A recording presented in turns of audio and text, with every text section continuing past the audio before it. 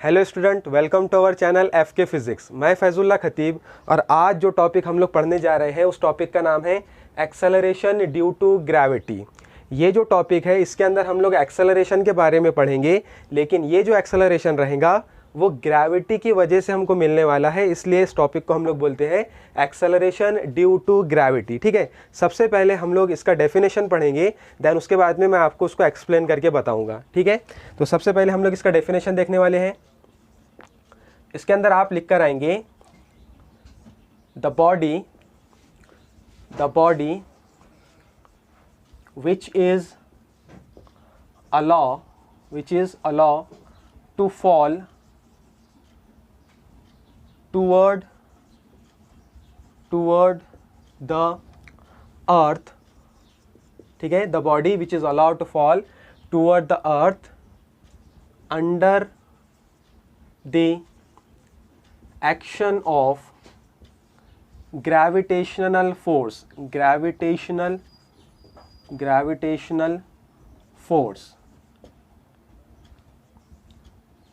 with some acceleration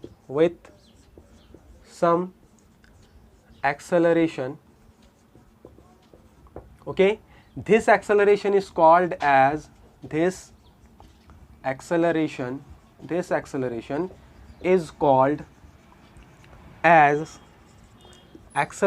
due to gravity।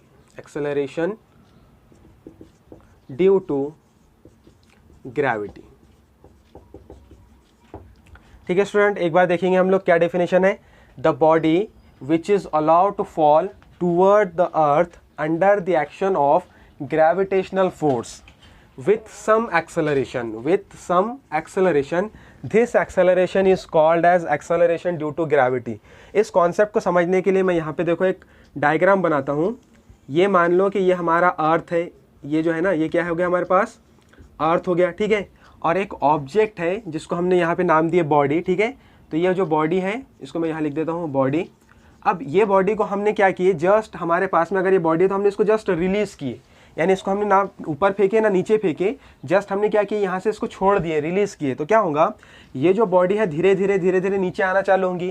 किसके influence में, तो हमने यहाँ पे लिखे है कि under the action of gravitational force, यानी ग्रेविटेशनल फोर्स क्या करेगा, इस बॉडी को टूवर्ड द अर्थ अट्रैक्ट करेगा। बराबर। अब जैसे जैसे ये बॉडी नीचे आएंगी तो ग्रेजुअली इसकी जो वेलोसिटी है वो इंक्रीज होना चालू होगी। यानी अगर इस पॉइंट के ऊपर आप इसकी वेलोसिटी देखेंगे तो कुछ और रहेंगी, इस पॉइंट के ऊपर देखेंगे तो वेलोसिटी इंक्रीज हो गई, यहाँ देखेंगे तो वेलोसिटी और इंक्रीज हो गई, और जैसे ही ये एकदम अर्थ के सरफेस के बिल्कुल करीब रहेंगी, अर्थ के सरफेस के बिल्कुल नियर रहेंगी, तो इस सिचुएशन पे इसका वेलोसिटी सबसे ज़्यादा रहेगा। ठीक है, तो वेलोसिटी का यहाँ पे क्या हो रहा है, चेंज हो रहा है, वेलोसिटी टाइम के साथ में चेंज हो रही है। और हमको पता है कि एक्सेलरेशन का जो डेफिनेशन रहता है वो क्या रहता कि rate of change of velocity with respect to time, यानी यहाँ पर वेलोसिटी टाइम के हिसाब से चेंज हो रही है, मतलब यहाँ पे एक्सेलरेशन है।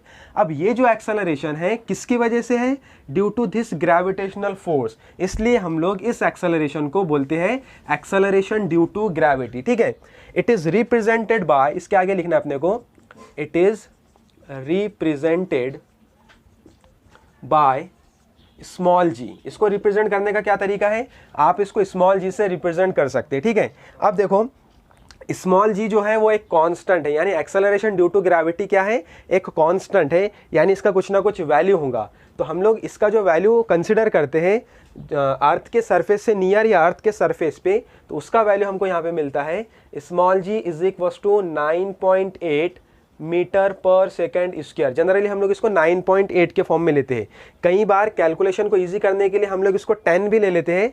ठीक है, लेकिन जो इसका स्टैंडर्ड वैल्यू है उसको क्या लेंगे हम लोग 9.8, और इसका जो यूनिट आएगा तो यूनिट बिल्कुल सिमिलर रहेगा एक्सेलरेशन की यूनिट के जितना। क्यों, क्योंकि यहाँ पे ये जो है तो एक्सेलरेशन ही है, लेकिन किसकी वजह से, ग्रेविटी की वजह से। तो कंफ्यूज होने का नहीं, आप इसको क्या लिखेंगे, जी is equal to 9.8 metre per second square. ठीक है स्टूडेंट, अब इसके बाद में हम लोग इसके नेक्स्ट टॉपिक के ऊपर बढ़ते हैं।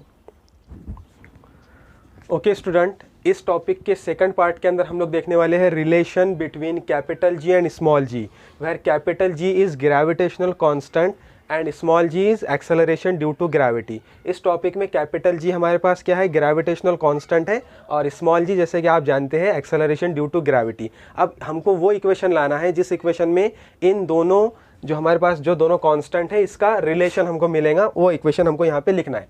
तो पहले हम क्या करेंगे कि इसके पहले पार्ट के अंदर हम लोग कंसिडर करेंगे कि हमारे पास एक अर्थ है, ठीक है, इसको हम लोग मानेंगे कि ये अर्थ है, ठीक है। इसके सेंटर से इसका रेडियस जो रहेगा अर्थ का वो मानता हूँ मैं कि कैपिटल आर है, ठीक है। और इसके सरफेस के ऊपर हमारे पास एक ऑब्जेक्ट है जिसको हम लोग बोलेंगे कि इसका जो मास रहेगा वो स्मॉल m रहेगा और अर्थ का जो टोटल मास रहेगा वो कैपिटल M रहेगा। इतनी इन्फॉर्मेशन आपको अज्यूम करना है, ठीक है। अब हम क्या करेंगे, आपको एक चीज़ पता है कि अगर ऑब्जेक्ट अर्थ के सरफेस के ऊपर है तो इसके ऊपर कितना फोर्स लगेगा, ठीक है। तो फोर्स क्या लगेगा, इसका खुद का वेट इसके अंदर फोर्स के जैसा एक्ट करेगा, बराबर। इसका खुद का वेट ही क्या करेगा, फोर्स के जैसा एक्ट करेगा। मतलब हम लोग बोल सकते हैं यहाँ पे कि पहले पॉइंट के अंदर इस छोटे से स्मॉल पार्ट के ऊपर कितना फोर्स लग रहा है, तो आप बोल सकते हैं फोर्स इज इक्वल टू किसके बराबर है, तो इस ऑब्जेक्ट के वेट के बराबर, ठीक है। अब मैं इसको आगे लिखूंगा तो फोर्स इज इक्वल टू हो जाएगा, और वेट का फॉर्मूला आपको पता है, mass into acceleration due to gravity. तो मास इसका कितना है, स्मॉल m, और इसमें हम लोग मल्टीप्लाई करेंगे किससे, एक्सेलरेशन ड्यू टू ग्रेविटी मतलब स्मॉल g से। तो आपको इक्वेशन क्या मिला कि यहाँ पे जो फोर्स लग रहा है, यहाँ पे जो वेट लग रहा है वो कितना है, F is equal to mg। इसको हम लोग देंगे इक्वेशन नंबर 1, ठीक है। अब हम लोग आगे प्रोसीड करेंगे। अब हमको क्या करना है, हमको एक इक्वेशन और लिखना है जो कि इसी ऑब्जेक्ट के ऊपर लगेगा ड्यू टू ग्रेविटेशनल फोर्स, यानी हम लोग यहाँ बोल सकते हैं according to Newton's law of gravitation. Second point के अंदर हम लोग लिख सकते हैं according to Newton's law of gravitation, ठीक है। न्यूटन्स का जो ग्रेविटेशन का लॉ है वो हमको क्या बताता, F is equal to capital G capital M small m upon r square. देख लो आप यहाँ पे क्या है, कैपिटल G ग्रेविटेशनल कांस्टेंट है, कैपिटल M पूरे बॉडी का मास है, स्मॉल m इस छोटे से बॉडी का मास है, और जो r है, जो r स्क्वायर है, तो ये है डिस्टेंस बिटवीन इस बड़े बॉडी और छोटे बॉडी के बीच का डिस्टेंस। अब कंफ्यूज मत होना, आप बोलेंगे कि बड़े बॉडी और छोटे बॉडी के बीच में तो कुछ भी डिस्टेंस नहीं दिख रहा, दोनों एक दूसरे से कोइंसाइड है। तो एक चीज़ समझना कि डिस्टेंस हमेशा हम लोग कहाँ से लेंगे, तो सेंटर से लेंगे, बड़े ऑब्जेक्ट के सेंटर से लेंगे, मतलब अर्थ के सेंटर से। तो आपको अर्थ के सेंटर से कितना मिल रहा है, कैपिटल R मिल रहा है, इसलिए हमारे पास इक्वेशन ये वाला आ गया। इसको देंगे हम लोग इक्वेशन नंबर 2। अब आप अगर फोकस करेंगे तो दोनों भी इक्वेशन फोर्स को रिप्रेजेंट कर रहे हैं, और दोनों इक्वेशन किसके लिए है, इस छोटे से एलिमेंट्री पार्ट, छोटे से मास के लिए। तो इसके बाद में हम लोग क्या करेंगे, इन दोनों इक्वेशन को इक्वेट करेंगे, ठीक है। तो मैं यहाँ पे बोल सकता हूँ now equate equation 1 and equation 2। क्या हो जाएगा, इसको हम लोग इक्वेट करेंगे, इक्वेशन 1 इक्वेट इक्वेशन 2, ठीक है। दोनों को इक्वेट करेंगे तो इक्वेशन क्या मिलने वाला है समझना।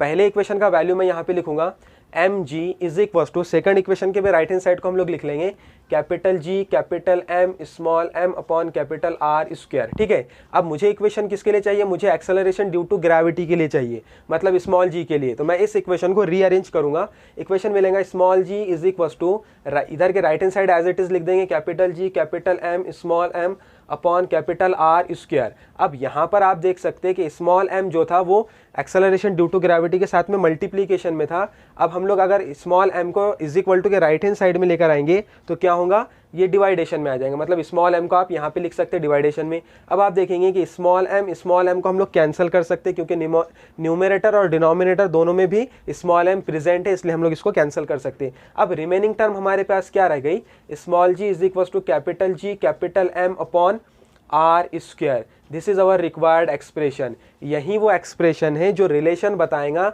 स्मॉल g और कैपिटल G के बीच में। यानी इस इक्वेशन के बाद आप लोग लिख सकते हैं कि this equation represent the relation between capital G and small g। आप चाहे तो मैं यहाँ लिख देता हूँ, this equation represent the relation between capital G and small g, ठीक है स्टूडेंट। ये जो रहा कंसेप्ट, तो ये था relation between capital G and small g। I hope ये वीडियो आपको पसंद आया होगा।